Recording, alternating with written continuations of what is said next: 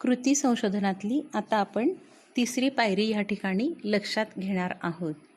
तिसऱ्या पायरीचं नाव आहे संशोधनाची उद्दिष्टे.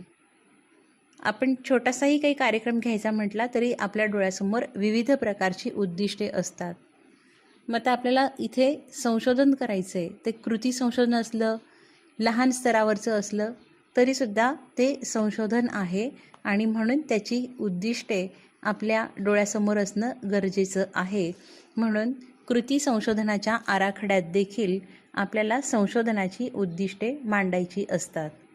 मग संशोधनाची उद्दिष्टे जी आहे ही मांडण्याची विशिष्ट पद्धत असते. विशिष्ट पद्धत म्हणजे याचे जे काही शेवटचे शब्द असतात ज्याला आपण क्रियापद म्हणतो, तर ते करणे, तपासणे, सुचविणे असे ह्या स्वरूपाचे असतात. म्हणजे त्यालासुद्धा एक विशिष्ट पद्धतीची अशी लकब आहे. आपल्याला असं लक्षात येतं की ही जी काही उद्दिष्टे आहेत ही उद्दिष्टे वैशिष्ट्यपूर्ण आपल्याला मांडायची असतात. मग आता आपण जी समस्या घेतलेली आहे शुद्ध लेखनातील ज्या काही चुका आहेत तर त्या दुरुस्त करणं, ही जी काही आपण समस्या घेतलेली आहे, मागच्या व्हिडिओमध्ये आपण बघितलं की यशवंत विद्यालयातील इयत्ता 6वीच्या वर्गातील विद्यार्थ्यांना मराठी भाषेच्या शुद्ध लेखनात येणाऱ्या अडचणींचा अभ्यास व उपाययोजना ही आपली समस्या होती. मग आता या समस्येसाठी आपल्याला काही उद्दिष्टे मांडायची आहेत. मग ही उद्दिष्टे म्हणजेच काय आहे, तर आपल्याला कोणत्या पायरीने कोणकोणत्या पायऱ्यांनी या संशोधनापर्यंत पूर्ण पोचायचं आहे. मग सर्वात पहिली पायरी किंवा ज्याला आपण उद्दिष्ट इथे म्हणतो आहोत, तर ती आपल्याला इथे लक्षात येते की अनुलेखनाद्वारे विद्यार्थ्यांच्या मराठी भाषा शुद्ध लेखनातील चुका निश्चित करणे. दुसरं उद्दिष्ट आहे श्रुतलेखनाद्वारे विद्यार्थ्यांच्या मराठी भाषा शुद्ध लेखनातील चुका निश्चित करणे. मग आता हे जे काही आपण संशोधन करणार आहोत, तर ह्या संशोधनामध्ये विद्यार्थ्याच्या नेमक्या कोणत्या चुका होत आहेत शुद्ध लेखनातल्या, तर हे शोधून काढावं लागणार आहे. आणि म्हणून पहिली 2 उद्दिष्ट काय असणार आहे, तर त्याला आपण काही परिच्छेद देऊ किंवा काही पॅरेग्राफ देऊ आणि ते त्याला सांगू की बाबा तू हे लिही, आणि मग त्याने लिहून आणल्यानंतर ते आपण तपासणार आहोत. आणि ते तपासल्यानंतरच आपल्याला कळेल की हा शुद्ध लिहितोय की अशुद्ध लिहितोय, आणि जर अशुद्ध लिहत असेल तर हा किती मोठ्या प्रमाणात अशुद्ध लिहितोय, याच्या नेमक्या कोणत्या चुका होतात हे आपल्याला सर्वात आधी कळणं गरजेचं आहे. म्हणून लेखनाचे जे प्रकार आहेत अनुलेखन आणि श्रुतलेखन, तर या दोघांचाही वापर करून संशोधक काय करणार आहे, तर या सुरुवातीलाच हे 2 उद्दिष्ट पूर्ण करण्यासाठी ती पहिल्या स्तरावरती घेणार आहे.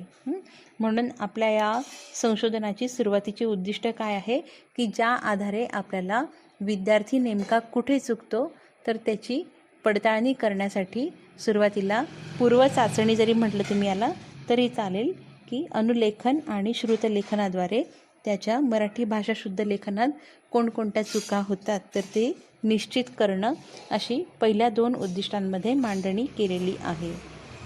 आता तिसरं उद्दिष्ट आहे शुद्ध लेखनासाठी मार्गदर्शकांच्या मदतीने उपक्रम तयार करणे. मग आता आपल्याला ह्या विद्यार्थ्यांच्या शुद्ध लेखनात चुका झालेल्या आहेत असं लक्षात आल्यानंतर आपल्याला काय करायचं आहे, तर एक उपक्रम तयार करायचा आहे. मग या उपक्रमाच्या माध्यमातून आपल्याला त्याच्या दुरुस्त्या म्हणजे शुद्ध लेखनातल्या ज्या काही झालेल्या चुका आहेत त्या दुरुस्त करायच्या आहेत. मग यासाठी जो उपक्रम आपण तयार करू तर तो आपले जे काही मार्गदर्शक असतील तर त्यांना सोबत घेऊन किंवा त्यांच्या मार्गदर्शनातनं हा उपक्रम तयार करायचा आहे. मग या उपक्रमामध्ये अनेकशा गोष्टी असतील आणि म्हणून त्या उपक्रमाच्या संदर्भात आपल्याला इथे उद्दिष्ट मांडायचं आहे. मग तिसरं उद्दिष्ट आपण काय मांडलेलं आहे की शुद्ध लेखनासाठी मार्गदर्शकांच्या मदतीने उपक्रम तयार करणे. तुम्हाला एक लक्षात आलं असेल की आपण जी काही उद्दिष्ट मांडतोय ही आपण क्रमाने मांडतोय. त्याच्यामध्ये एक विशिष्ट क्रम पण आहे आणि त्याला आपण अंकाने पण क्रम दर्शविलेला आहे की 1, 2, 3. आता आपण चौथ्या क्रमांकाचं उद्दिष्ट लक्षात घेत आहोत. चौथ्या क्रमांकाचं उद्दिष्ट आहे शुद्ध लेखनासाठी तयार केलेला उपक्रम राबविणे. आपण हळूहळू पुढे चाललो आहे. एक पायरी आपण पुढे करतो आहे की आधी काय केलं आपण, चुका निश्चित केल्या. चुका निश्चित केल्यानंतर त्यावर आधारित एक उपक्रम तयार केला आणि आता हा जो उपक्रम तयार केलेला आहे तर तो आपल्याला प्रत्यक्ष राबवायचा आहे. आणि म्हणून या चौथ्या क्रमांकाच्या उद्दिष्टामध्ये आपण म्हणणार आहोत की शुद्ध लेखनासाठी तयार केलेला उपक्रम राबविणे. आता 6व्या क्रमांकाचं उद्दिष्ट, 5व्या क्रमांकाचं उपक्रमाची परिणामकारकता तपासणे. मग आता आपण जो काही उपक्रम तयार केलेला आहे तर त्याची परिणामकारकता आपल्याला तपासायची आहे. म्हणजेच हा उपक्रम किती फलदायी ठरला. या उपक्रमाचं आपण साधारण 2 आठवडे किंवा 3 आठवडे उपयोजन केलं, म्हणजे तो राबविला प्रत्यक्ष वर्गावरती. आणि मग यानंतर विद्यार्थ्यांमध्ये शुद्ध लेखनाच्या ज्या काही होणाऱ्या चुका होत्या तर त्यांचं प्रमाण कमी झालं का, तर हे आपल्याला बघायचं आहे. हे आपण पाहिल्यानंतर आपण काय लक्षात घेऊ की हा परिणामकारक झाला किंवा नाही. म्हणजे हा आपल्याला पडताळून पाहायचा आहे. तो आपल्या संशोधनाचा एक भाग आहे. म्हणून आपल्याला हे उद्दिष्ट मांडावं लागणार आहे. आणि आता शेवटचं उद्दिष्ट आहे की शुद्ध लेखनासाठी उपाययोजना सुचविणे. आता संपूर्ण आपण हे जे काही संशोधन केलेलं आहे तर हे संशोधन केल्यानंतर आपल्याला असं लक्षात येतं की अरे, विद्यार्थ्यांच्या ह्या ज्या काही होणाऱ्या चुका आहेत तर ह्या होऊ नये किंवा मग या चुका दुरुस्त कराव्या यासाठी अनेकसे असे उपाय आहे. तर ते उपाय आपल्याला या संशोधनाच्या शेवटी मांडायचे आहेत. आणि म्हणून मग आपल्याला काहीसे शेवटचं उद्दिष्ट येतं की शुद्ध लेखनासाठी उपाययोजना सुचविणे. मग पुन्हा एकदा जर तुम्ही या सर्व उद्दिष्टांकडे नजर टाकली तर तुम्हाला काय लक्षात येतं आहे की आपल्याला जे काही संशोधन करायचं आहे तर हे संशोधन विशिष्ट टप्प्याटप्प्यांनी करायचं आहे.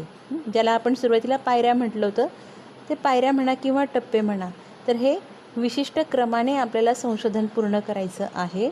आणि म्हणूनच ती उद्दिष्टे या ठिकाणी मांडणं गरजेचं असतं. म्हणजे आपण सुरुवातीपासून शेवटापर्यंत काय करणार आहोत तर त्याच्या विशिष्ट अशा गोष्टी उद्दिष्टारूप मांडणं हे आपल्या कृती संशोधन आराखड्यातलं तिसरं आणि महत्त्वाचं भाग आहे.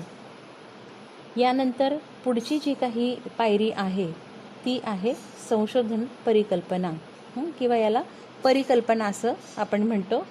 मग परिकल्पना याचा अर्थ एखाद्या समस्येचे संभाव्य उत्तर असं आपण लक्षात घेतो.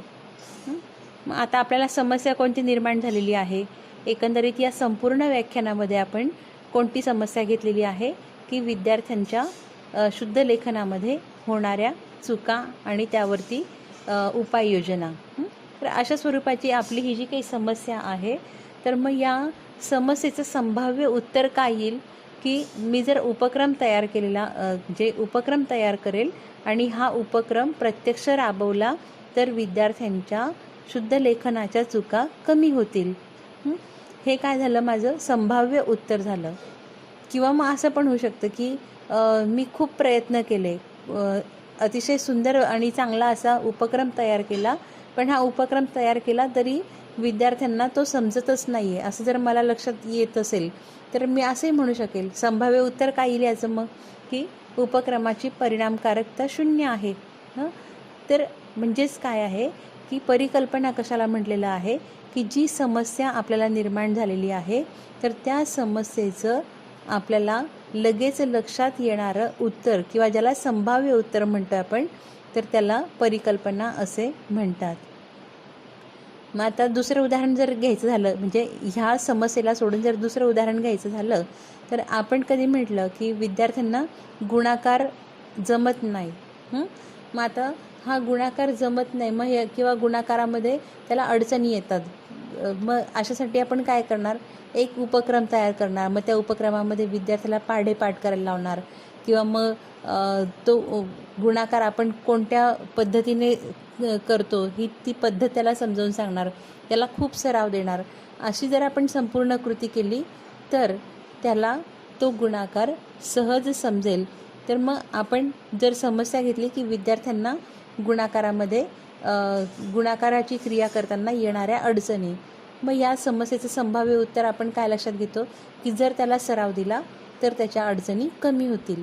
तर मग हीच तुमची काय झाली परिकल्पना. मग परिकल्पना जी आहे ही तुम्हाला साध्या एका विधानामध्ये मांडायची आहे. तसं पाहिलं तर आपलं संपूर्ण संशोधन हे परिकल्पनेवरच आधारलेलं असतं. जसं आपण उद्दिष्ट महत्त्वाची घेतली तर उद्दिष्टांच्या इतकंच महत्त्व परिकल्पनेला असतं. मग आपल्या या उदाहरणाच्या संशोधनामध्ये आपण कोणती या ठिकाणी परिकल्पना मांडलेली आहे तर इयत्ता 6वीच्या वर्गातील विद्यार्थ्यांच्या शुद्ध लेखनातील अडचणी दूर करण्यासाठी तयार केलेल्या उपक्रमाचा सार्थ फरक होतो. म्हणजे आपण शुद्ध लेखन दुरुस्त करतोय विद्यार्थ्यांचं, त्याच्या अडचणी दूर करतोय आणि त्या दूर करण्यासाठी आपण काय केलं आहे, एक उपक्रम तयार केलेला आहे आणि मग या उपक्रमाचा त्याच्या शुद्ध लेखनातील अडचणी दूर होण्यासाठी फायदा झालेला आहे, हे आपण ह्या विशिष्ट पद्धतीने मांडलेलं आहे. तर परिकल्पना आपल्याला समजून घेण्यासाठी इथे फक्त एक सरळ विधान मांडायचं आहे आणि ते संभाव्य उत्तर असेल इतकंच आपण या ठिकाणी लक्षात घेणार आहोत. आणि इतर गोष्टी ज्या आहेत तर त्या समजून घ्यायला आपल्याला आणखी जास्त वेळ लागेल, म्हणून आपण सोप्या याच्यामध्ये ही सहज अशी एक परिकल्पना मांडलेली आहे. पण तुर्तास तुम्ही इतकंच लक्षात घ्या की परिकल्पना म्हणजे काय आहे, तर आपल्या समस्येचं संभाव्य उत्तर आणि ती मांडण्याची एक विशिष्ट पद्धत असते, ती या उदाहरणात दिलेली आहे त्याप्रमाणेच आपल्याला मांडायची आहे. विद्यार्थी मित्रांनो, आता आपण समस्येची गरज हा भाग लक्षात घेणार आहोत. कृती संशोधन आराखड्यातली 5व्या क्रमांकाची पायरी म्हणजे समस्येची गरज. मग आता समस्या निर्माण झाल्यानंतर तिची गरज का आहे किंवा मग तिची गरज आहे म्हणूनच ती सोडवणं आवश्यक आहे. मग ही जी गरज आहे तर ही गरज आपल्याला पुढील प्रकारे मांडता येते. उदाहरणार्थ, प्रस्तुत संशोधन हे मराठी भाषा शुद्ध लेखनासाठी आहे. संशोधनाची गरज पुढील प्रकारे सांगता येईल. मराठी ही प्रमाण भाषा आहे, म्हणून अशुद्ध लेखन टाळण्यासाठी प्रस्तुत संशोधनाची गरज आहे.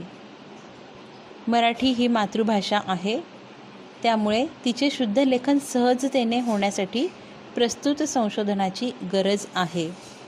अशुद्ध लेखनातून अर्थ चुकीचा होऊ शकतो, याही दृष्टिकोनाने प्रस्तुत संशोधनाची गरज लक्षात येते. लहान वर्गातच विद्यार्थ्याला मराठी शुद्ध लेखनाची सवय लावणे सोपे असते, म्हणून प्रस्तुत संशोधनाची गरज आहे.